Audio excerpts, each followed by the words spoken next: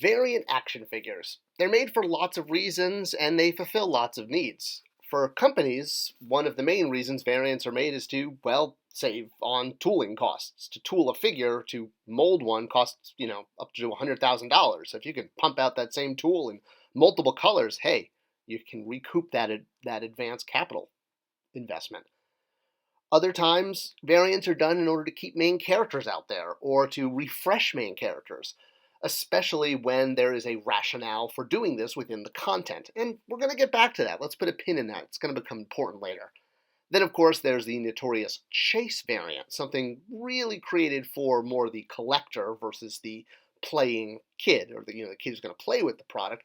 And really the whole concept behind a chase variant is that fewer of them are made and it's a slightly different, albeit similar product to the main version. There's just subtle differences or maybe even not so subtle differences, but it makes the one that's harder to find more valuable on the secondary market and therefore a piece of pride and for the collector. Then, of course, there's the accidental variant, or the unintentional variant. That's something like classic Stratos, who had swapped colors between his wings and his backpack about halfway through the original line in the 80s. No idea why this happened. Vendor probably just didn't pay attention. It happened. Now, variants can work, but they can also hinder a line. And that's what I want to talk about today, because certain characters, certain brands work for variants, others not so much. All right, well, you couldn't talk about variants without first touching on Batman, who's probably king of the variants, or knight of the variants, dark knight of the variants. I don't know. Well, some of those Batman figures actually aren't too dark, are they? He gets released in every color of the rainbow. Robin, not so much. Now, there's a reason for that, and that's going to bring us to our first point about which variants work and which do not. So when you see a Robin toy at retail, 9 times out of 10, and in fact, I'll go 9.8 times out of 10, Robin looks like this, or a variant of it. Yeah, okay, sometimes he's got maybe a slightly meaner look, but the color scheme doesn't change that much. Black, red, yellow, green. You really don't see Robin offered in different colors. Sure, the tunic might be cut differently, or he might have a slightly different version of the outfit, but when you take Robin and you don't put him out in his iconic colors, he's not as recognizable. Even if you did something like this with a Toys R Us exclusive 2-pack, Robin was reissued, alongside Batman, in a second version where he was in Nightwing's blue colors, but unrecognizable in the sense that it didn't sell. This version, kids had no interest in Robin once he was not in his traditional colors. So why does this work for certain characters? Why can some characters work for variants and sell in almost any way, any form, any color scheme, and others, not so much? Spider-Man is an A-list superhero, pretty much one of the most recognizable in the world. And you can find Spider-Man in his traditional colors, and you can find him in things that are different, like this armor version that recently shipped, or a black and white negative version.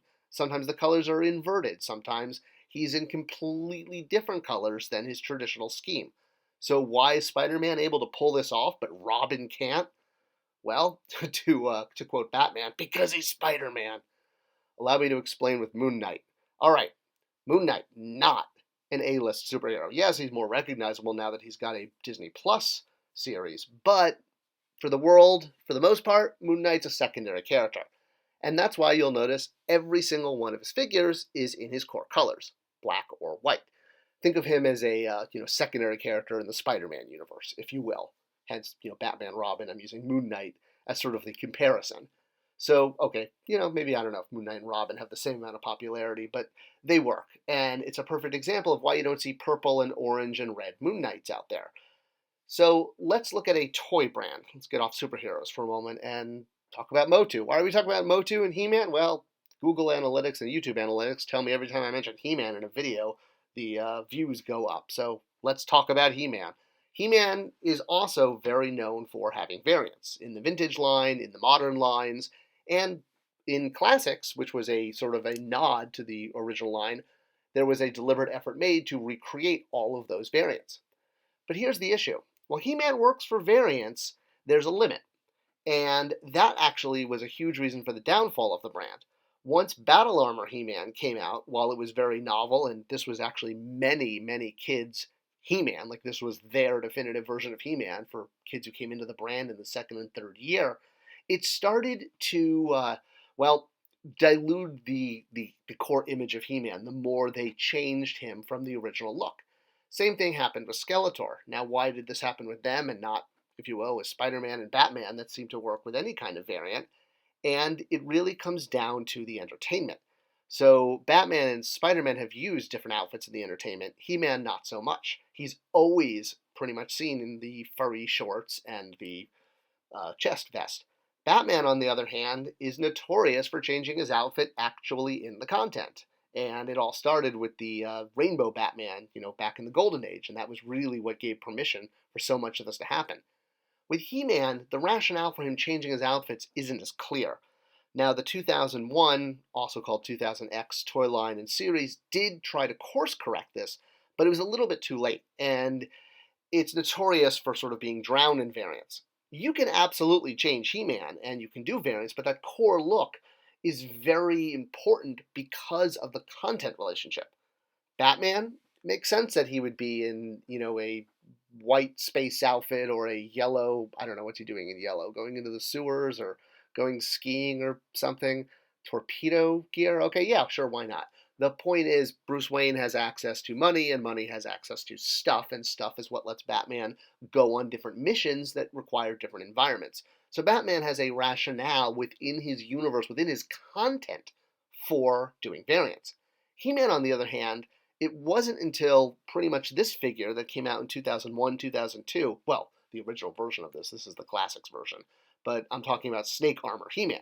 The reason this is significant is because it introduced a new concept into the Motu canon, that He-Man's sword could not only change him into, well, from Adam to He-Man, but it could also create new armor and new weapons based on the situation, very similar to Batman. From a toy perspective, brilliant, but it had to be tied to content. And again, that goes back to why the number of variants in the 2000X line wound up backfiring. So looking at Snake Armor He-Man, who was sort of the alpha of rationale for now He-Man having the ability to change his outfit, one, it was going to sell more toys. Two, it was going to put He-Man in more armor because kids didn't like the furry shorts. And three, it was going to let Mattel sell more roleplay. Not just the sword, but now He-Man had things like a pop-out dagger, as well as a sword that did other things. And on the show, one of the other outfits variants that was was manifested by He-Man with his sword was Ice Armor He-Man. This was done, as a action figure in the line with new sculpting and, new boots, new weapons, etc. But what's really important about this variant and what makes it different from Smash Blade He-Man or Jungle Attack He-Man was this version was both a toy and it was on the show.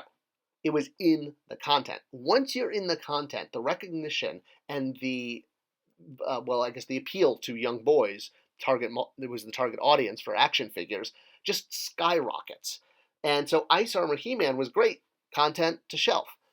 But the rest of the 2000X line didn't have this as much. The variants that came out, usually they started with sort of reimagining of characters, but within their color palette.